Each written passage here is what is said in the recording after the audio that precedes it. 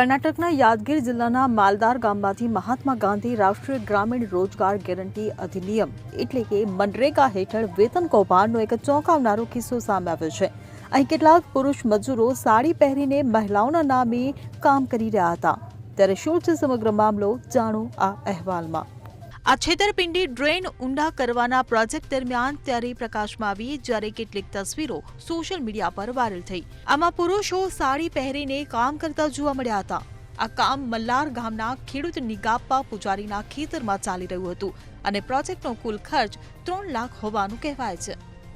જિલ્લા પંચાયતના મુખ્ય કાર્યકારી અધિકારી લવેશ ઓરડિયાએ કૌભાંડની પુષ્ટિ કરતા કહ્યું, સ્થળ પર નોંધાયેલા પુરુષ અને સ્ત્રી કામદારોની સંખ્યા સત્તાવાર રેકોર્ડ સાથે મેળ ખાતી નથી। રેકોર્ડ મુજબ 6 પુરુષો અને 4 મહિલાઓ કામ પર હતી, પરંતુ મહિલાઓને બદલે સાડી પહેરેલા પુરુષોએ કામ કરીને વેતનનો દાવો કર્યો।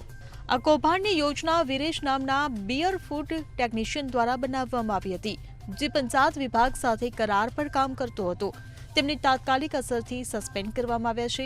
સીઈઓએ જણાવ્યું હતું કે ફેબ્રુઆરીમાં જ આ અંગે ફરિયાદો મળી હતી અને તેના પર કાર્યવાહી શરૂ કરવામાં આવી હતી। તેમણે એ પણ સ્પષ્ટતા કરી કે આ પ્રોજેક્ટ હેઠળ અત્યાર સુધી કોઈને પણ વેતન ચૂકવવામાં નથી આવ્યું।